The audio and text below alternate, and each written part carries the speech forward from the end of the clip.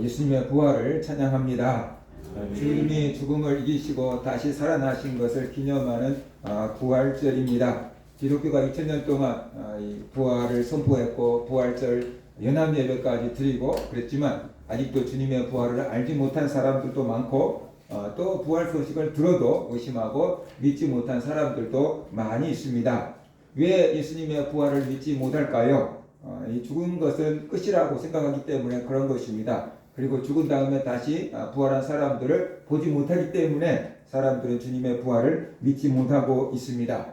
성경을 보면은 누구보다도 예수님의 부활을 의심하고 믿지 못했던 사람이 두 사람이 나오는데 그 중에 한 사람이 도마고 또 다른 한 사람은 사울이다 라고 볼 수가 있어요. 그런데 이 도마나 사울 누구보다도 강하게 예수님의 부활을 믿지 못하고 의심했던 사람들이 예수님의 부활을 믿게 되고 주님의 부활 소식을 전하는데 목숨을 바친 순교자들까지 되었습니다. 어떻게 그들은 예수님의 부활을 믿게 되었을까요? 어떻게 그들은 일생 동안 예수님의 부활 소식을 전하는 삶을 살 수 있게 되었을까요? 그들이 부활하신 예수님을 만났기 때문에 그런 것이죠. 그래서 우리가 도마가 어떻게 부활하신 예수님을 만났는지, 그 다음에 사울이란 청년이 어떻게 부활하신 예수님을 만나고 달라졌는지 잠깐 말씀을 드리려고 합니다. 안식 후 첫날 제자들은 유대인들을 두려워하여 모인 곳에 문을 닫았다라고 성경은 말씀합니다. 그때 부활하신 예수님이 제자들을 찾아오셨습니다. 그리고 너에게 평강이 있을지어다 라고 말씀하시며 예수님의 손과 옆구리를 보여주셨어요. 왜 예수님이 손과 옆구리를 보여주셨을까요? 제자들이 예수님이 죽으신 것을 분명히 알거든요. 근데 갑자기 자기들에게 나타나면은 유령이 나타났다라고 이렇게 무서워하고 두려워하기 때문에 예수님의 손과 옆구리를 보여주신 거예요. 유령이 아니다. 내가 정말 살아난 거야. 나니까 걱정하지 마, 두려워하지 마. 그러면서 예수님의 손과 옆구리를 보여주셨어요. 그것을 보고 제자들은 예수님이 정말로 살아나셨구나 라고 하며 기뻐했다라고 성경은 말씀합니다.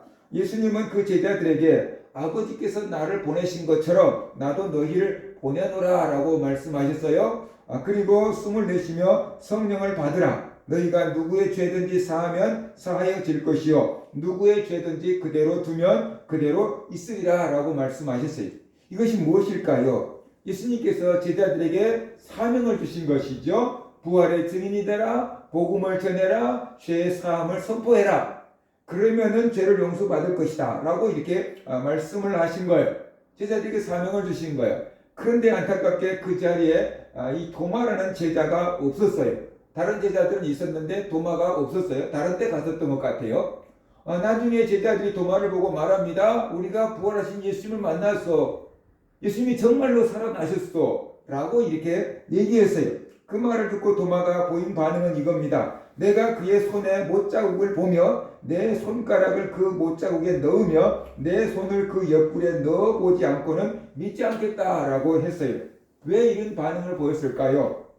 예수님이 십자가에 죽으신 것을 분명하게 보았거든요. 못 박히신 것도 봤고 창에 찔려서 물과 피를 다 쏟으신 것을 보았거든요. 그렇게 죽어가지고는 살아날 수가 없는 거죠. 오늘날로 말한다면 잠깐 심장마비에 걸렸다가 깨어날 수는 있겠지만 그렇게 심장이 찔리고 물과 피를 다 쏟아붓고 죽었는데 다시 살아난다는 것은 불가능하거든요. 그렇기 때문에 자기 눈으로 직접 확인하기 전에는 예수님의 부활을 믿지 못하겠다라고 말한 거죠.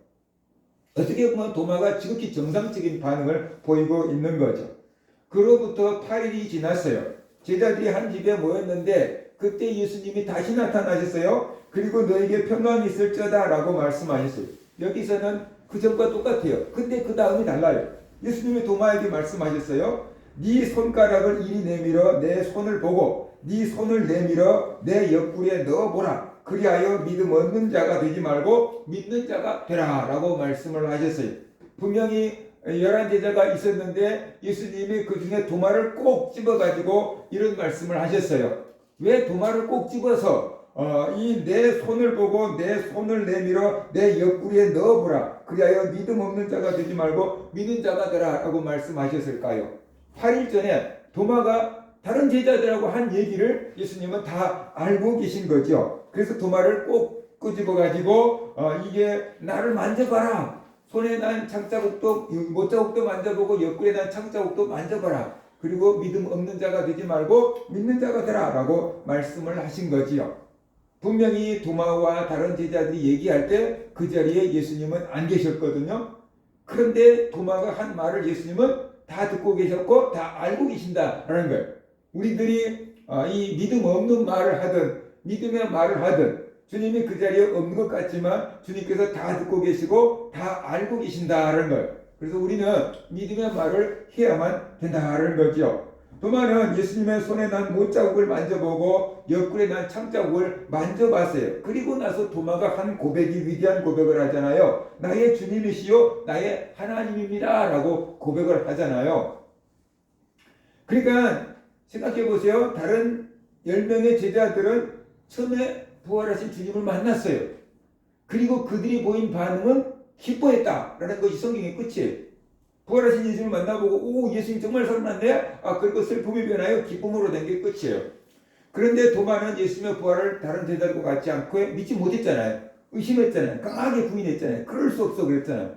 그 도마가 예수님의 손에 난 못자국을 만져보고 옆구리에 난 창자국을 딱 만져보고 기뻐한 게 아니고 나의 주님이시요 나의 하나님입니다 라는 위대한 고백을 하잖아요.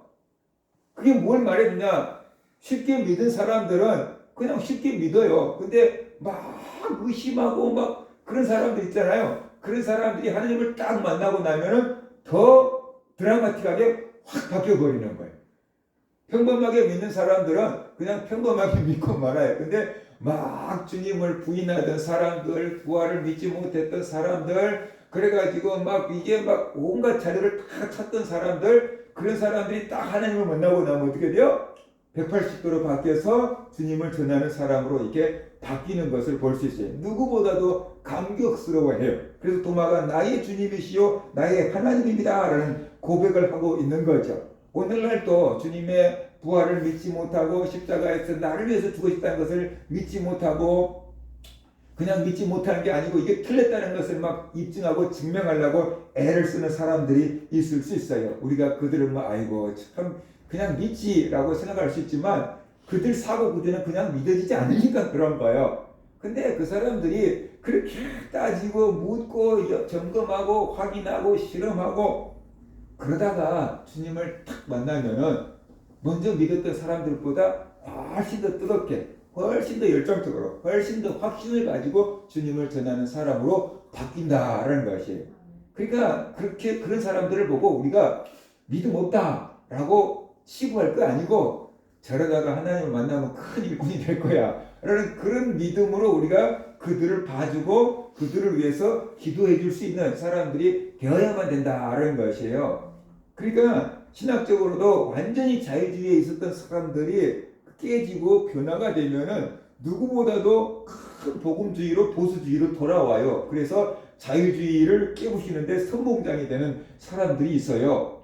하나님은 그런 사람들을 또 이렇게 쓰기도 하신다. 그래서 우리가 알아야 돼요. 도마가 왜 나의 주님이시여 나의 하나님이라고 고백했을까요? 예수님이 정말로 죽음을 이기고 살아나신 것을 확인한 거죠. 도마는 환상이다, 유령이다, 예수님의 영을 본 거다 이렇게 생각한 거예요. 그런데 만져보니까 어떻게 돼요? 진짜 만질 수 있거든요. 그러니까 영은 살과 뼈가 없을 때 육은 있느니라 나는 있느니라 예수님 말씀하셨잖아요. 진짜로 부활하셨구나 라는 것을 도마가 확인하게 된 거예요. 근데 어떻게 이런 일이 있을 수 있어? 라는 거죠. 하나님의 아들이 아니고서는 이런 일은 있을 수 없다.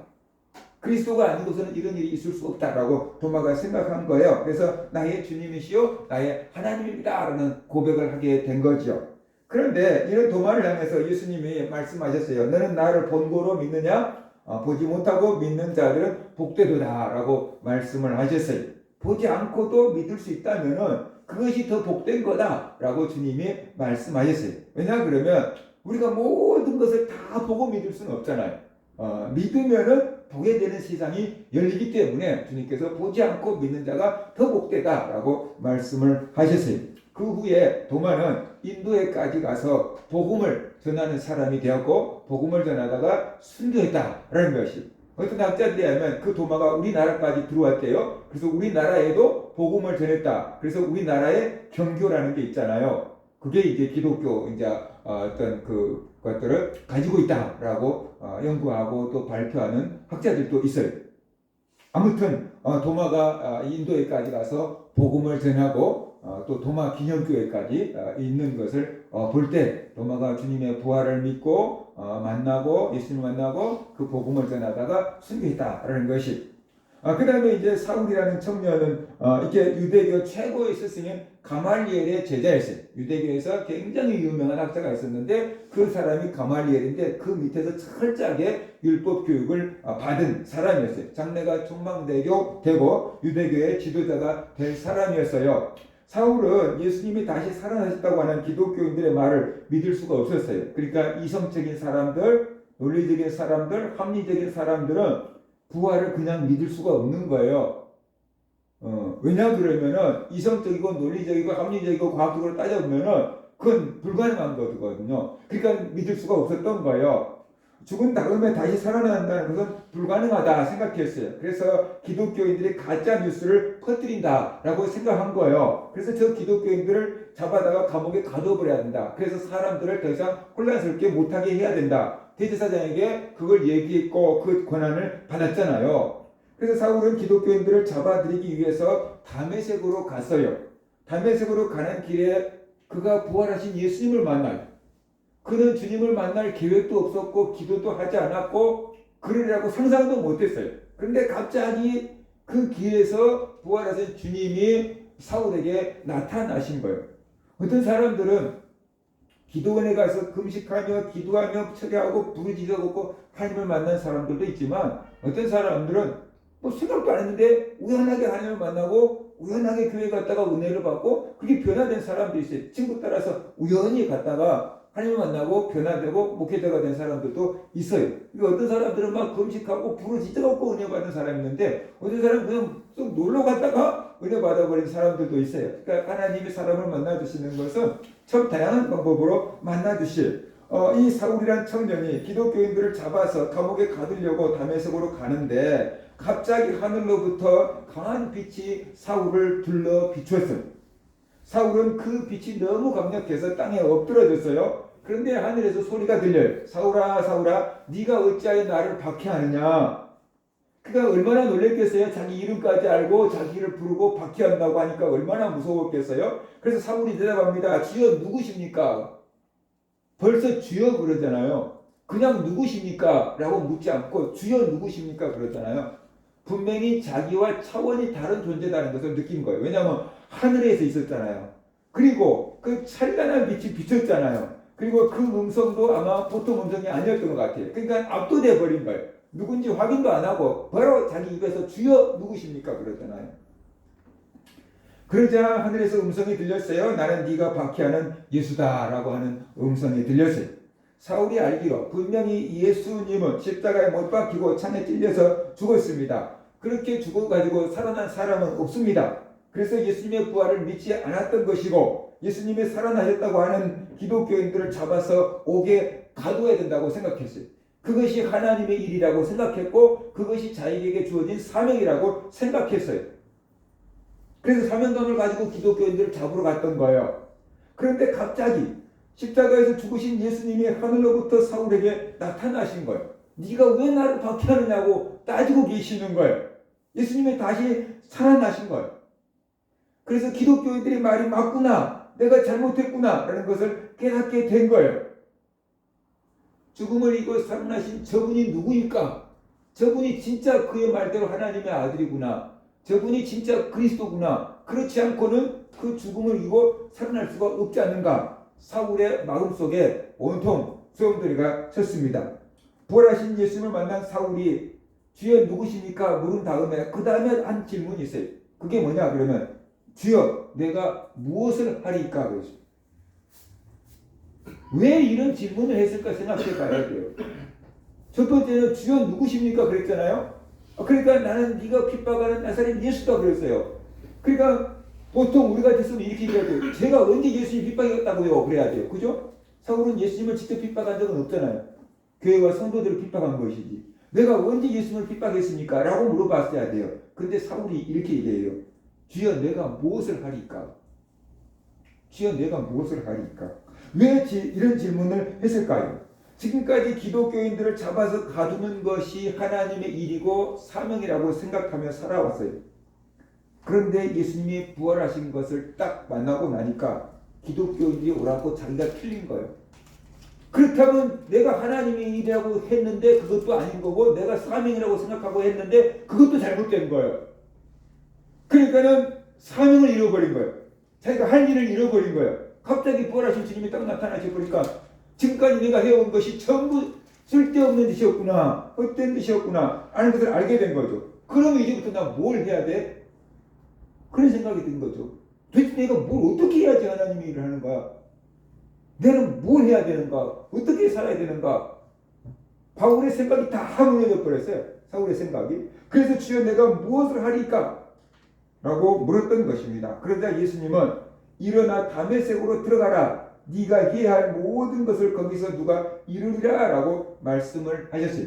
예수님은 아나니아를 통해서 사울의 눈을 뜨게 하셨어요. 그리고 사울이 무엇을 해야 하는지 가르쳐 주셨습니다. 아나니아가 안수해서 사울의 눈을 뜨게 한 다음에 이렇게 말해요. 그가 또 이르되 우리 조상의 하나님이 너를 택하여 너로 하여금 자기 뜻을 알게 하시며 그 의인을 보게 하시고 그 입에서 나오는 음성을 듣게 하셨으니 네가 그를 위하여 모든 사람 앞에서 네가 보고 들은 것의 증인이 되리라 그랬어요. 그러니까 부활하신 예수님의 증인이 되라 라고 사울에게 사명을 주신 것이죠. 그런데 사울이 다메섹 도상에서 주님을 만나서 주님 내가 무엇을 하리까? 라고 물었을 때 주님께서 네 날 봤잖아. 그러니까 이제부터 네가 나를 증거하는 증인이 되라 라고 이렇게 말씀했으면 좋은데 주님께서 말씀하시지 않냐고 시내로 들어가라. 네가 무엇을 해야 되는지 가르쳐줄 사람이 있을 거다 라고 이렇게 말씀하신 다음에 아나니아를 통해서 가서 안수하고 내 증인이다라고 얘기해라. 또 얘기하고 또 아나니아가 가서 사울에게 안수하고 예수님 말씀을 전해주고 왜 이렇게 복잡한 과정을 거쳤을까 하는 것이 그죠? 바로 내가 무엇을 하리까? 라고 물었을 때 바로 내 증인이 되라 내 제자가 되라 라고 이렇게 말씀했을 거면 간단했을 텐데 왜 사람을 보내서 그런 일을 하시느냐라는 거예요. 우리가 참 이해할 수 없지만 오늘날 많은 사람들이 사명을 받을 때 직접 하나님을 보고 직접 하나님의 음성을 듣고 하나님으로부터 다이렉트로 뭔가 받아야지만 사명이라고 생각하고 그것이 십자가라고 생각하는 사람들이 꽤 있다는 거예요. 근데 하나님은 직접적으로 사명을 주실 때도 있지만 때로는 먼저 믿는 사람들을 통해서 교회를 통해서 사명을 주기도 하신다는 것이 그것도 하나님 주신 사명이다라는 거예요. 꼭 하나님께 직접적으로 받아야지만 사명이 아니고 먼저 믿는 사람들을 통해서 하나님께서 우리에게 사명을 깨우쳐 주기도 하시고 환경을 통해서 사명을 깨닫게 하기도 하신다라는 거예요. 그것을 우리가 알아야 돼요. 그런데 그렇지 않냐고 꼭 하나님이 직접 나타나셔가지고 너 이 일 해. 그것만 사명으로 생각하면 안 된다라는 것을 우리에게 보여주려고 하는 거 아닌가라는 그런 생각이 들어요. 그래서 그때부터 사울은 자기의 사명이 달라졌어요. 그전에는 기독교인들을 잡아서 옥에 가두고 핍박하는 것을 사명으로 생각하고 하나님의 일로 생각했어요. 그런데 이제는 자기가 핍박했던 예수를 전하며 그 예수님의 증인이 되는 것이 자기의 사명이라는 것을 깨닫게 됐어요. 그래서 목숨을 걸고 예수님의 부활 소식을 전하게 된 거지요. 예수님이 다시 살아나셨다고 그것이 성경대로 죽으시고 성경대로 살아난 것이다 라고 바울이 구약 성경을 가지고 증거를 하지요. 그리고 예수님이 바로 하나님의 아들이고 그리스도라고 복음을 전하게 됩니다. 누구보다도 예수님의 부활을 믿지 않았던 사람, 누구보다도 교회와 성도들을 핍박했던 사람, 그가 사울이에요. 그가 부활하신 예수님을 만난 다음에 누구보다도 열심히 복음을 전하고 누구보다도 많은 핍박을 받으면서도 복음을 전했던 거예요. 사울이 복음 때문에 핍박을 받고 얼마나 많은 죽음의 위기를 넘겼습니까? 보통 사람들 같았으면 내가 왜 복음 때문에 이 고생을 해야 돼? 나 그만둘 거예요. 내가 말고 딴 사람 시키세요. 아마 이렇게 얘기했을지도 몰라요. 불평했을지도 몰라요. 투덜거렸을 수도 있어요. 그런데 사울은 원망하지 않아요. 불평하지 않아요. 투덜거리지 않아요? 핍박을 받아도 고스란히 감당하고 그 길을 갔어요. 왜 그랬을까요? 자기가 했던 일이 있잖아요. 자기가 스데반을 죽이는데 앞장섰잖아요. 기독교인들을 잡아서 옥에 가두는 일을 했잖아요. 그러니까 자기가 그 일을 했기 때문에 이제 내가 뿌린 대로 거두는구나 생각한 거예요.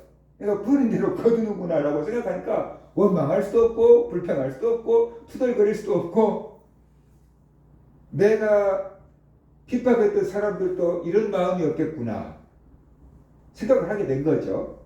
그러니까 그 고생을 달게 받고 십자가를 달게 질 수가 있었다라는 것을 우리가 알아야 되는 거지요. 예수님의 부활을 가장 믿지 못하고 의심했던 두 사람이 도마였고 사울이었어요. 그런데 그들이 가장 열심히 부활을 전하는 사람으로 바뀌었어요. 어떻게 이들이 이렇게 바뀔 수 있었을까요? 부활하신 예수님을 만났기 때문에 그런 것입니다. 이것이 무엇을 말해줍니까? 예수님의 부활은 역사적인 사실이다라는 거죠. 누가 만들어낸 게 아니고 예수님의 부활은 역사적인 사실이다라는 것이에요. 그래서 고린도전서 15장에 보면은 예수님의 부활이 역사적인 사실이다라는 것을 이렇게 얘기합니다. 내가 받은 것을 먼저 너에게 전하였노니 이는 성경대로 그리스도께서 우리 죄를 위하여 죽으시고 장사 지낸 바 되셨다가 성경대로 사흘 만에 다시 살아나사 그랬잖아요. 이거 유대인들을 위해서 하는 말이잖아요. 유대인들은 구약 성경을 믿고 있잖아요. 근데 그 성경대로 예수님이 죽으셨다라는 거예요. 구약 성경이 예언되어 있다. 그 다음에 성경대로 다시 살아나셨다. 그러니까 성경대로 다시 살아나신 거다. 그러니까 구약 성경에서 예언하신 분이 바로 예수님이다 라는 얘기를 지금 하고 있는 거고, 그 다음에 게바에게 보이시고 베드로에게 보이셨고 부활하신 것을 보이셨다. 후에 12제자에게 보이셨고 그 다음에 500의 형제에게 일시에 보이셨고 500명이나 된 사람들이 부활하신 예수님을 일시에 보았고, 그 중에 지금 대다수가 살아있다. 예수님의 부활을 목격한 사람이 지금 500명 중에 대다수가 살아있다. 어떤 사람은 잠들었는데 어떤 사람은 지금 죽었는데, 근데 성경에서는 성도들이 죽었는데 죽었다고 안 하죠. 잠들었다고 하죠. 죽은 것과 잠들었다는 표현이 달라요. 죽은 건 죽은 거죠. 근데 잠든 사람들은 깨면 되는 거잖아요. 기독교인들은 죽어도 어떻게 하죠? 다시 깨는 것처럼, 잠들었다가 깨는 것처럼 부활할 수 있기 때문에 잠들었다고 하는 거지 죽었다고 안 해요. 그 후에 야고보에게 보이셨고 예수님의 동생 야고보에게 보이셨고, 그 후에 사도에게와 맨 나중에 만삭되지 못한 자, 이게 팔삭둥이인 것 같은 사울이 자기를 그렇게 표현한 거예요. 부족한 나에게도 부활하신 주님이 나타나셨다. 그러니까 이 고린도전서 15장에 보면은 예수님의 부활을 목격한 사람들을 줄줄줄줄줄 연결하고 있잖아요. 한두 사람이 아니고 어떻게 돼요? 500명이나 되는 사람들. 그리고 그들이 지금도 살아있다. 내가 거짓말하면 막 온 세상에 다 들어가고 일어날 거다. 그런 거예요. 그러니까 예수님의 부활이 역사적인 사실이다라고 지금 얘기하고 있는 거예요. 그래서 오늘날 예수님의 부활 소식을 모르는 사람들은 그 소식을 들어야 되고, 들어야지 믿음이 생기니까, 듣고도 믿지 못한 사람들은 부활하신 예수님을 만나야 돼요. 그러면 믿어져요. 자, 그러면 도마는 예수님의 손에 난 못자국도 만져보고 옆구리에 난 창자국도 만져봤는데, 오늘날 부활이 안 믿는 사람이 어떻게 예수님의 손에 난 못자국을 만져보고 옆구리에 난 창자국을 만져보고 부활을 믿을 수 있겠느냐라는 거예요. 오늘날은 성령으로 주님을 만나는 거죠. 성령은 예수님의 영이라고 했잖아요. 성령은 예수 그리스도의 영이에요. 그래서 그 성령을 우리가 받으면, 성령의 은혜를 받으면 예수님이 나를 위해서 죽어주신 것이 믿어지고 예수님이 다시 살아나신 것이 믿어져요. 그게 믿어지는 것. 이성을 초월해서 성령을 받으면 믿어지는 은혜가 임해요. 그래서 우리가 예수님의 죽으심과 예수님의 부활을 믿을 수 있는 것은 그 성령의 은혜를 받았기 때문에 믿어지는 거다. 원래는 안 믿어지는 게 정상인데 우리는 하나님의 은혜가 임해서 믿어지는 거다. 그래서 우리가 알아야 돼요. 내가 믿으려고 애써서 믿어지는 게 아니고 믿어지는 거예요.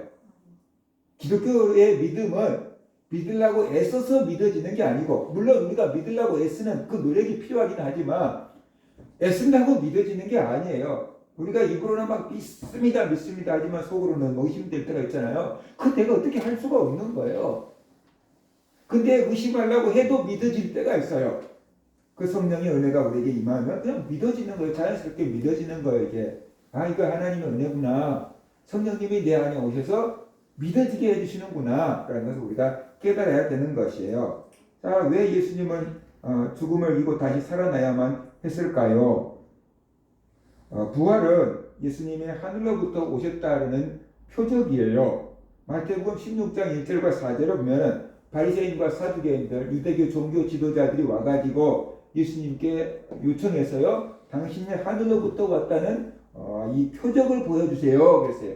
우리는 당신이 하늘로부터 왔다는 것을 믿지 못하겠는데 당신이 하늘로부터 왔다고 자꾸만 얘기하니까 그러면 표적을 보여주세요. 라고 얘기했어요. 근데 마태복음은 유대인들을 위해서 쓴 성경이잖아요. 그래서 마태복음에서 하늘이라고 하는 것은 하나님을 나타내는 거예요. 왜냐 그러면 유대인들은 하나님의 이름을 망령되이 일컫지 말라 그랬잖아요. 십계명에 그게 들어있잖아요. 그러니까 하나님의 이름을 절대 안 불러요. 그래서 하나님의 이름을 안 부르고 포로 생활을 하다가 보니까 하나님의 이름을 잊어버렸어요. 그래서 어떻게 하나님을 불러야 될지 몰라요. 원래 하나님은 모세에게 하나님의 이름을 가르쳐 주셨잖아요. 근데 히브리어는 자음만 있고 모음이 없어요. 기억지고 막 이런 식으로 써져 있는 거. 뭐 아야의어가 없으니까 이상하잖아요. 이렇게 발음이. 나중에 이제 포로 생활 이후에 후손들이 히브리어를 읽지 못하니까 마소라 학파들이 야 안되겠다 모음을 만들어 붙이자 하고 모음을 만들어 붙인 거예요.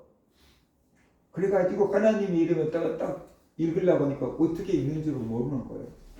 뭐라고 읽어야 돼? 이게 요드에 와우에 이렇게 되는 거죠. 이제 그게 요드에 와우에 이제 야외 이렇게 써져 있는데 그게 자음을 읽으면 요드에 와우에 이렇게 되거든요. 우리나라 말하면 뭐 기억지가 이런 식이 되는 거예요. 이렇게 뭐라고 해야 돼? 그래서 주여 아도나이 하는 그 모음을 갖다가 붙여 본 거예요. 그래서 여호와 이렇게 이제 읽게 된 거죠.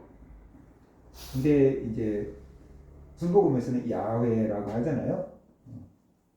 근데 이제 학자들은 야훼가 더 맞는 것 같다. 이방 문서에 보니까 이스라엘 사람들은 야훼 하나님을 믿는다. 이렇게 써져 있는 문서들이 발견되니까 야훼가 맞는 것 같다라고 이제 추측을 하는 거죠. 너무 하나님 이름을 거룩하게 여기다가 보니까 이름을 부르지 않으니까 잊어버린 거예요. 이 사람들이. 그래서 마태복음에도 그런 영향이 남아있어서 하나님이라고 부르지 않아요. 그냥 하늘이라고 해요. 하늘. 하늘에 하나님이 계신다. 그런 느낌으로 하늘. 그러니까 당신이 하늘로부터 왔다 그러는데 하늘로부터 왔다는 표적을 보여주세요. 그 말은 뭐냐 그러면 당신이 하나님으로부터 왔다 그러는데 당신이 하나님으로부터 왔다는 증거 보여주세요. 그 얘기예요. 그럴 때 예수님이 이렇게 말씀하셨어요. 악하고 음란한 세대가 표적을 구하나 요나의 표적밖에는 보여줄 표적이 없느니라 하시고 그들을 떠나가시니라 그랬어요. 그러면 예수님이 죽은 사람도 살리고 병자도 고치고 귀신도 쫓아내고 오병이의 기적도 행하고 그거 바리새인들과 사두개인 다 들어서 알고 있어요. 그런데도 예수님이 하나님으로부터 왔다는 것을 믿지 못해서 표적을 보여달라고 그랬거든요.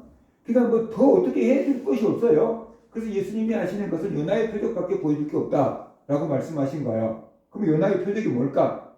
마태복음 12장 40절 보면은 요나가 밤낮 사흘 동안 큰 물고기 뱃속에 있었던 것 같이 인자도 밤낮 사흘 동안 땅 속에 있으리라 그런 거죠. 그러니까 예수님이 사흘 동안 무덤에 있다가 다시 살아나실 것을 요나의 표적이라고 말씀하신 거예요. 그러므로 예수님의 부활은 예수님이 하늘로부터 오셨다는 증거죠. 예수님이 하나님으로부터 오셨다라는 표적이다 그런 것이. 그 다음에 부활은 예수님이 하나님의 아들이라는 증거예요. 로마서 1장 4절 보면은 성결의 영으로는 죽은 자들 가운데서 부활하사 능력으로 하나님의 아들로 선포되셨으니 곧 우리 주 예수 그리스도시니라 그랬어요. 예수님이 부활하심으로 하나님의 아들로 선포되었다. 능력으로 보여줬다 그런 것이에요. 예수님이 40일을 금식하시잖아요. 그때 사탄이 와서 예수님을 3번 시험을 하는데 사탄이 예수님을 시험할 때 한 말이 이거예요. 네가 만일 하나님의 아들이라면 그거예요. 그래서 시험하는 자가 예수께 나와 이르되 네가 만일 하나님의 아들이거든 명하여 이 돌들이 떡덩이가 되게 하라. 또 네가 만일 하나님의 아들이어든 뛰어내리라. 기록되었을 때 그가 너를 위하여 그의 사자들을 명하시리니 그들이 손으로 너를 받들어 발이 돌에 부딪히지 않게 하리로다.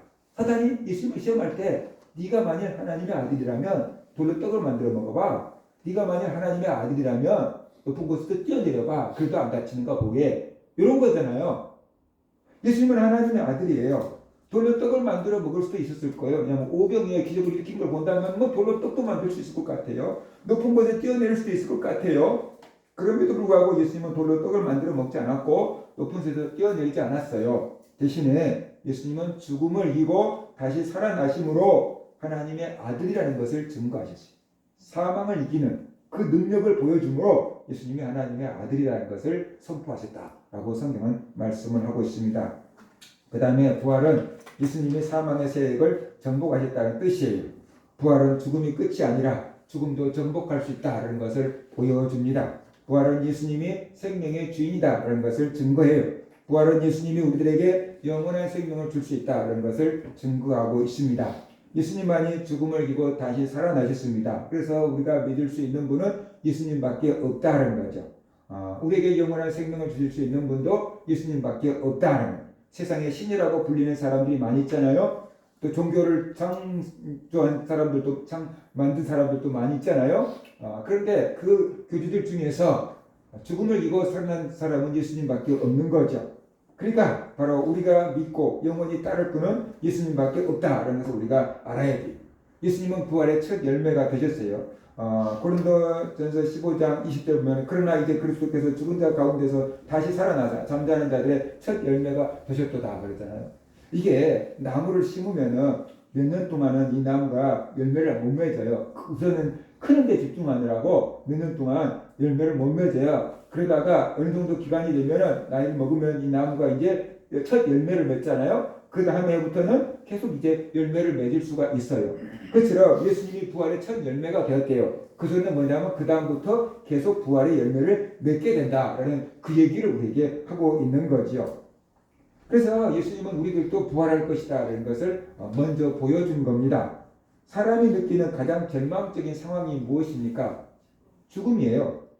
일단 죽고 나면 사람이 할 수 있는 게 장사 치러주는 것밖에 없어요. 아무리 많은 돈이 있어도 죽은 사람을 살려내지 못하고 아무리 권세가 높아도 죽은 사람을 살려내지 못하고 아무리 과학이 뛰어나도 죽은 사람을 어떻게 하지는 못해요. 죽어가는 사람을 살릴 수는 있어요. 그죠? 죽어가는 사람을 살릴 수는 있는데 이미 죽어버리고 시신이 부패하고 썩어버린 사람은 어떻게 하지 못해요. 죽음 앞에서 사람은 가장 큰 절망을 느낍니다. 몸이 병들어도 고칠 수 있고 사업이 망해도 일어날 수 있어요. 그런데 죽고 나면 아무것도 할 수 없어요. 그런데 예수님은 사람들이 가지고 있는 가장 절망적인 문제를 해결하셨어요. 죽음도 극복할 수 있다. 나와 함께 죽음을 이길 수 있다. 나를 믿는 자는 죽어도 살겠고 살아서 나를 믿는 자는 영원히 죽지 아니하리라. 주님이 말씀하시잖아요.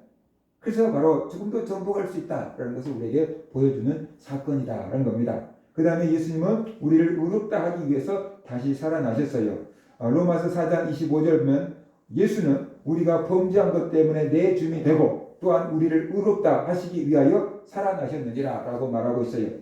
바로 예수님이 다시 살아나신 이유가 우리를 의롭다 하기 위해서 다시 살아나셨다. 그러니까 문제가 뭐냐면 우리의 죄를 다 처리했다는 것을 보여주기 위해서 살아나셨다는 거예요. 예수님이 우리 죄 때문에 죽으셨잖아요. 근데 살아나지 못했다 그러면 쓸데없는 헛소리하고 말았구만, 헛소리였구만 이렇게 하고 끝나는 거예요. 근데 예수님이 우리 죄를 위해서 죽으셨는데 다시 살아나시니까 우리의 죄값이 이제 다 치러졌구나, 우리가 다 용서받았구나, 그것을 확인시켜주기 위해서 다시 살아나셨다는 것이에요. 그래서 예수님의 부활은 우리의 모든 죄가 해결되었다는 증거입니다. 예수님은 우리에게 영원한 생명을 주기 위해서 부활하셨어요. 우리는 예수님을 믿고 영원한 생명을 얻었습니다. 그러니까 나에게 영원한 생명이 있어 라는 것을 알아야 돼요. 수천 년 전에 이렇게 미라, 무덤 이런 데서 발견된 씨앗이 있어요. 그런데 수천 년 됐는데 그 씨앗을 심었더니 싹이 나고 꽃이 피고 열매를 맺더라는 거예요. 이게 생명이라는 거예요. 이게 수천 년 동안 미라와 함께 갇혀 있었던 이 씨앗, 싹을 트지 못하고 그냥 씨앗으로만 있었어요. 그런데 이것에다가 심고 물을 주고 환경을 만들어 주니까 이게 싹을 트고 생명을 이렇게 꽃을 피우고 일어나더라는 거예요. 그처럼 우리 안에 부활의 생명이 있어요. 우리 안에 하나님의 성령이 있어요. 그래서 우리가 그때가 되면은 부활하게 될 것이고 주님이 되시고 재림할 때 우리가 부활체로 바뀌게 된다는 것이 우리 안에 씨앗이 있는 거예요. 지금 우리가 부활한 건 아니고 지금 우리가 부활체로 바뀐 건 아니지만 때가 되면 우리가 부활하고 부활체로 바뀌는데 그 씨앗이 있다는 거예요. 어린 아이들 나오면은 처음엔 엄마를 닮았냐 아빠를 닮았냐 막 그러잖아요. 그죠? 모르겠는데 그럴 수도 있고 아빠를 닮았다 그럴 수도 있고 그러잖아요. 근데 커가면서 어떻게 돼요? 누군가를 닮아요. 엄마를 닮든지 아빠를 닮든지 누군가를 닮아요. 근데 닮아라 막 우리가 날마다 막 그런 거 아니잖아요. 왜냐하면 지 안에 있는 DNA가 다 그냥 닮아가는 거예요. 알아서 닮아가는 거예요. 왜냐하면 그 안에 그 유전자가 있으니까 닮아가는 거잖아요. 우리 안에 부활의 생명이 있어요. 그러니까 때가 되면은 부활하게 되는 거예요. 부활 못하나? 걱정할 필요 없어요. 우리 안에 부활의 씨앗이 있으니까 어떻게 돼요? 부활하게 된다. 그걸 믿으면 우리가 살아가면 된다라는 것이에요. 제가 이 부활절 설교를 준비하면서 예수님의 부활, 우리하고 무슨 관계가 있을까? 예수님의 부활, 어떤 의미가 있을까? 생각해 봤어요. 그런데, 이런 생각이 들었어요. 예수님의 부활은 십자가가 헛되지 않다라는 증거다. 예수님의 부활은 십자가가 헛된 것이 아니다라는 증거다. 라는 그런 생각이 들었어요. 십자가에 못 박혀 죽으실 때는 모든 것이 끝난 것처럼 보였어요. 하나님도 예수님을 외면한 것처럼 보였어요. 그러나 십자가 뒤에는 부활이 기다리고 있었던 거죠. 십자가에는 부활이라는 영광이 기다리고 있었어요. 그래서 하나님은 그 예수님이 십자가에서 나의 하나님 어찌하여 나를 버리셨나이까 라고 울부짖을 때도 떠나신 게 아니고 버리신 게 아니고 기다리고 계셨던 거예요. 너 십자가에 져야 된다. 그래야지 부활의 영광이 있다. 좀만 참아.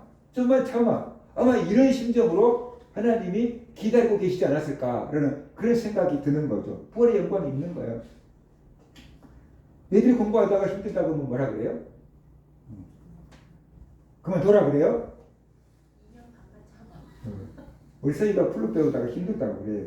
내가 뭐라고 하냐면 뭐라든지 힘든 과정이 있어. 그 과정을 참고 넘어가야지 잘하는 사람이 되는 거야.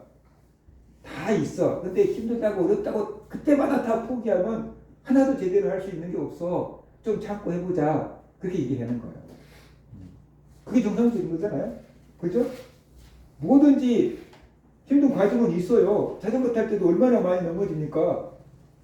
그리고 이제 넘어지지 않고 타고 다닐 수가 있는 거잖아요. 그처럼 예수님이 십자가에서 나의 하나님 어찌하여 나를 버리셨나이까? 그때 하나님은 그 순간에 그래 내려와 하고 십자가 내려놔 줘버렸다고 한다면은 부활은 없는 거죠.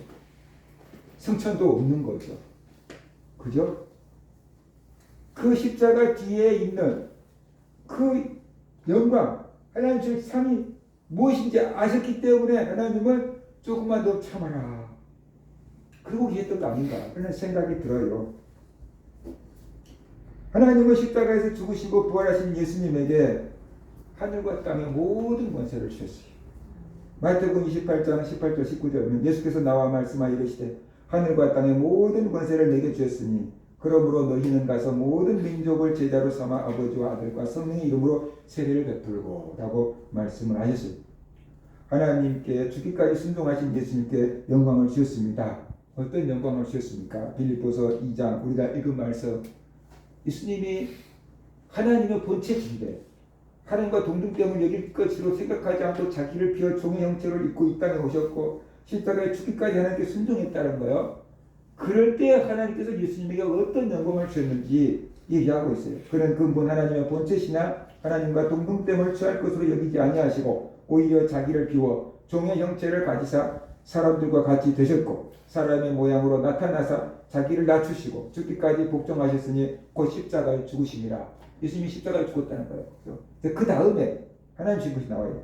그러므로 하나님이 그를 지극히 높여, 하나님이 예수를 지극히 높여 모든 이름 위에 뛰어난 이름을 주사 하늘에 있는 자들과 땅에 있는 자들과 땅 아래 있는 자들로 모든 무릎을 예수의 이름에 꿇게 하시고 모든 입으로 예수 그리스도를 주라 시인하여 하나님 아버지께 영광을 돌리게 하셨느니라 라고 말씀하고 있어요. 그러니까 십자가 지신 예수님께 하나님께서 주신 상이 뭐냐 그러면은 가장 1차적으로 죽음을 이기고 다시 살아나게 하셨어요. 살리셨어요.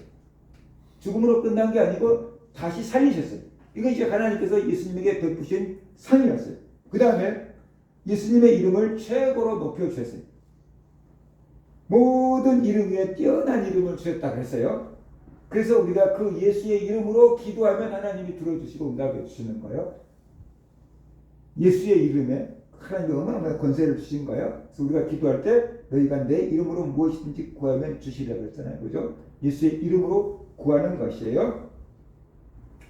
그 다음에 하늘과 땅에 있는 자들로 모든 무릎을 예수의 이름에 꿇게 하셨어요. 예수의 이름으로 악한 것들도 어떻게 돼요?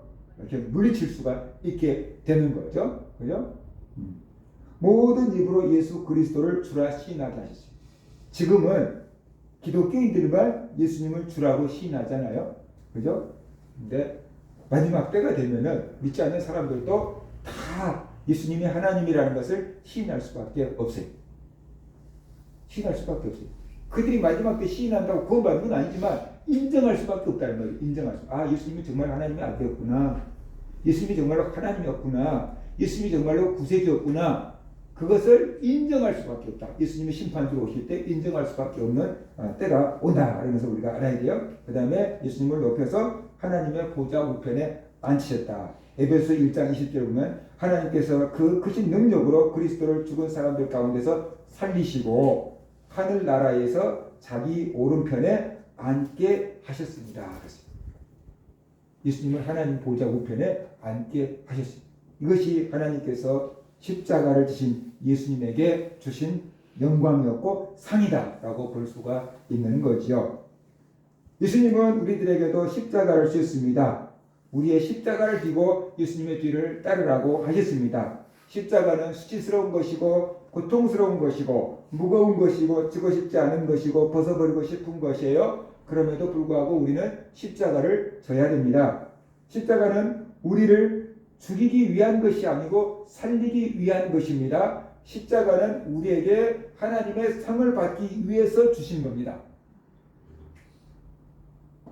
이걸 생각할 때 십자가를 대하는 자세가 달라지는 거예요.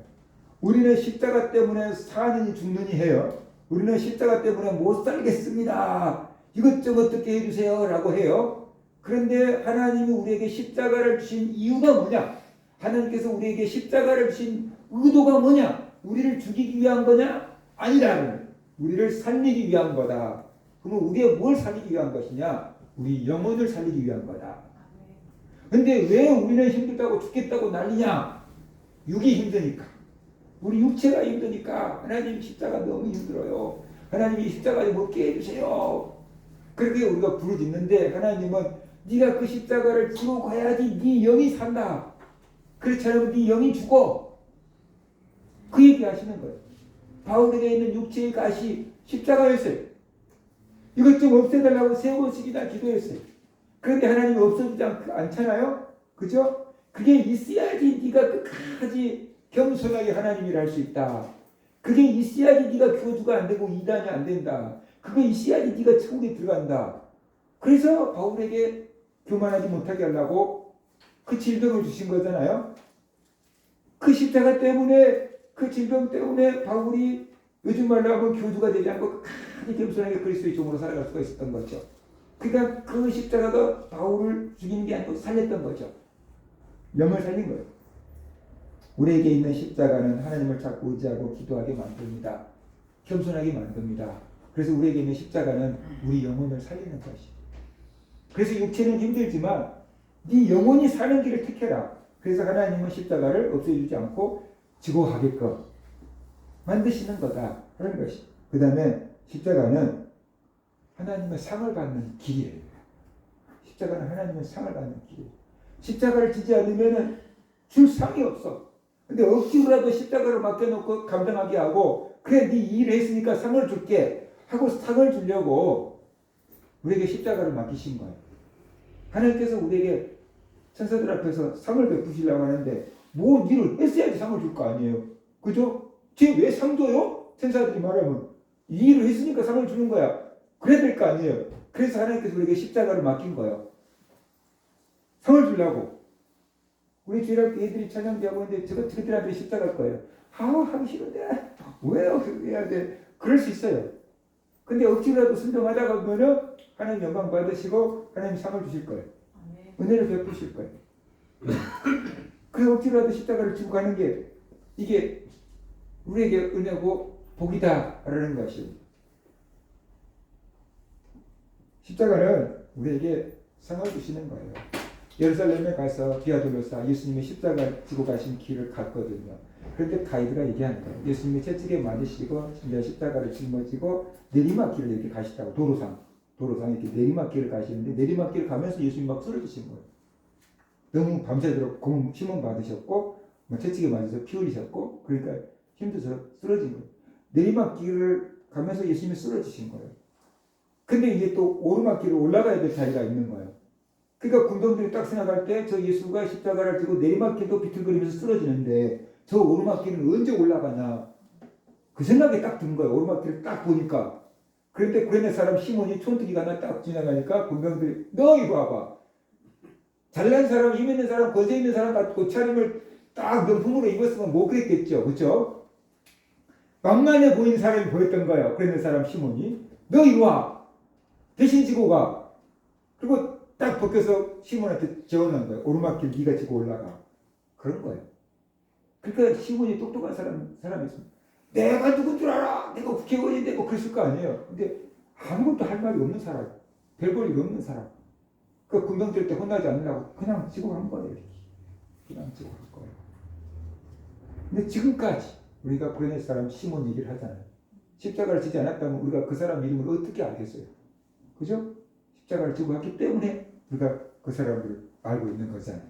십자가는 우리를 죽이는 게 아니고 살리는 것이, 십자가는 우리에게 영광을 주는 것이, 그래서 십자가를 지는 것은 힘들지만 부활의 소망을 바라보고 십자가를 져야 합니다. 하나님 주신 상을 바라보고 십자가를 져야 합니다. 그것이 부활 신앙이에요. 믿음의 선진들이 그렇게 살았어요. 히브리서 11장 35절과 37절을 보면은 믿음의 선진들 초대교회들이 얼마나 핍박받았는지를 얘기하고 있어요. 여자들은 자기의 죽은 자들을 부활로 받아들이기도 하며 또 어떤 이들은 더 좋은 부활을 얻고자 하여 심한 고문을 받되 구차히 풀려나기를 원하지 아니하였으며 또 어떤 이들은 조롱과 채찍질 뿐 아니라 결박과 옥에 갇히는 시련도 받았으며 돌로 치는 것과 톱으로 켜는 것과 시험과 칼로 죽임을 당하고 양과 염소의 가죽을 입고 유리하여 궁핍과 환난과 학대를 받았으니. 그래서 이런 사람들은 세상에 감당하지 못할 자로다 그랬어요. 히브리서에 기록된 그 성도들은 믿는다는 것 때문에, 예수를 믿는다는 것 때문에 심한 고문을 당했어요. 그래도 믿음을 포기하지 않았어요. 조롱과 채찍질을 당하고 결박당하고 감옥에 갇히기도 했습니다. 심지어 돌에 맞아 죽기도 했고 톱으로 잘려 죽기도 했어요. 잔인하잖아요. 어떻게 보면 도끼로 한 방 팍 친다 할지 칼로 목을 팍 잘라본다 할지 그러면 순식간에 끝날 수 있는데 톱으로 이러고 산 사람을 이러고 있으면 얼마나 힘들었겠어요? 그래도 예수를 부인하지 않았다는 거예요. 궁핍과 환난과 학대를 당하기도 했는데 예수를 버리지 않았다는 거죠. 왜 그랬을까요? 부활을 믿었기 때문에. 조금만 참으면 우리가 하나님 나라에 들어간다. 언젠가는 예수님처럼 다시 살아난다. 라는 그런 믿음과 확신이 있었기 때문에 그 고통을 참았다라고 히브리서에서 기록을 하고 있는 겁니다. 십자가를 짓지 않으려고 하는 사람들 많습니다. 십자가를 벗어버리고 홀가분하게 천국 가려고 하는 사람들이 많습니다. 그런데 예수님은 이렇게 말씀하셨어요. 무리와 제자들을 불러 이르시되 누구든지 나를 따라오려거든 자기를 부인하고 자기 십자가를 지고 나를 따를 것이니라. 누구든지 자기 목숨을 구원하고자 하면 잃을 것이요 누구든지 나와 복음을 위하여 자기 목숨을 잃으면 구원하리라. 사람이 만일 온 천하를 얻고도 자기 목숨을 잃으면 무엇이 유익하리요?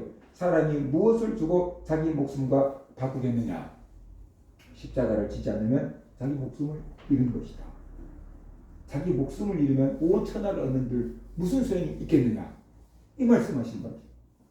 누구든지 예수님을 따라오려거든 자기를 부인하고 자기 십자가를 지고 예수님을 따라갔어요. 자기를 부인하라는 게 뭐냐 그러면 내 육체적인 그걸 버리라는 거죠. 십자가 지면 육체가 힘들다 그랬잖아요. 영혼을 살리는데 육체가 힘들다 그랬잖아요. 내 육체적인 그걸 죽이라는 거죠. 그 자기를 부인하는 거죠. 그리고 자기 십자가를 지고 예수님을 따라갔죠. 예수님의 십자가를 지고 따라오라고 안 했어요. 자기 십자가를 지고 따라오라고. 우리에게 다 십자가가 있다는 거예요. 각자에게 십자가가 있다는 거예요. 그러니까 남의 십자가 질 생각하지 말고 자기 십자가나 지고 와라 그 말이에요. 네한테 주어진 십자가, 너에게 맞는 십자가를 주었으니까 너에게 맞는 십자가라도 지고 나를 따라와라 라고 주님께서 말씀하고 계시는 거죠. 십자가를 지고 따라오라. 십자가를 지고 가면 절대로 실패하지 않습니다. 십자가는 헛되지 않습니다. 우리가 열심히 공부했는데 공부 안 한 데서 시험 나올 수 있어요. 열심히 돈 벌었는데 보이스피싱 당할 수도 있어요. 열심히 살았는데 몸이 아파서 병원에다 돈 다 갖다 줘버릴 수도 있어요. 그런데 십자가를 지면은 그렇게 헛되지 않는다 하는 것이. 그래서 너희 보물을 하늘에다가 쌓아두라. 거기는 좀과 동력이 해치지 못한다 라고 말씀하셨습니다. 우리가 십자가는 결코 헛되지 않는다 하면서 우리가 알아야 돼. 십자가를 지면 반드시 열매가 있어요. 반드시 삶이 있어요. 십자가를 지면 내 영이 살아요. 십자가를 지면 하나님께 상을 받아요. 십자가를 지면 후손들이 복을 받아요. 그러니까 십자가 뒤에 부활의 영광이 있는 거지. 십자가를 지지 않으면 다 없어요. 부활부터 시작되는 하나님 보좌 우편에 올라가는 것까지 다 없어요. 근데 십자가를 지면 부활부터 다시 살아나는 것부터 시작해서 하나님의 보좌에까지 가는 그 모든 영광이 다 기다리고 있어요. 십자가는 결코 헛된 것이 아니다. 부활은 십자가의 열매입니다. 부활은 십자가의 열매예요. 그래서 우리가 부활의 영광을 얻으려고 한다면 십자가를 져야 되는 거예요. 우리 모든 성도들, 여러분들에게도 십자가가 있어요. 저에게도 있고 여러분들에게, 저 어린 학생들에게도 십자가가 있어요. 그 십자가, 이것만 없으면 살겠네, 이것만 없으면 살겠네, 그런 말이 저절로 나올 수도 있어요. 그런데 생각을 바꿔봅시다. 이 십자가가 내 영혼을 살리는구나. 이 십자가 때문에 하나님 앞에 가면 상을 받을 거야. 이 십자가를 져야지 부활의 영광이 있어. 그렇게 우리의 생각을 바꿔봅시다. 그래서 우리에게 있는 십자가를 지고 주님의 뒤를 따르는 그런 성도들 되시기를 주의 이름으로 축원합니다. 기도하겠습니다.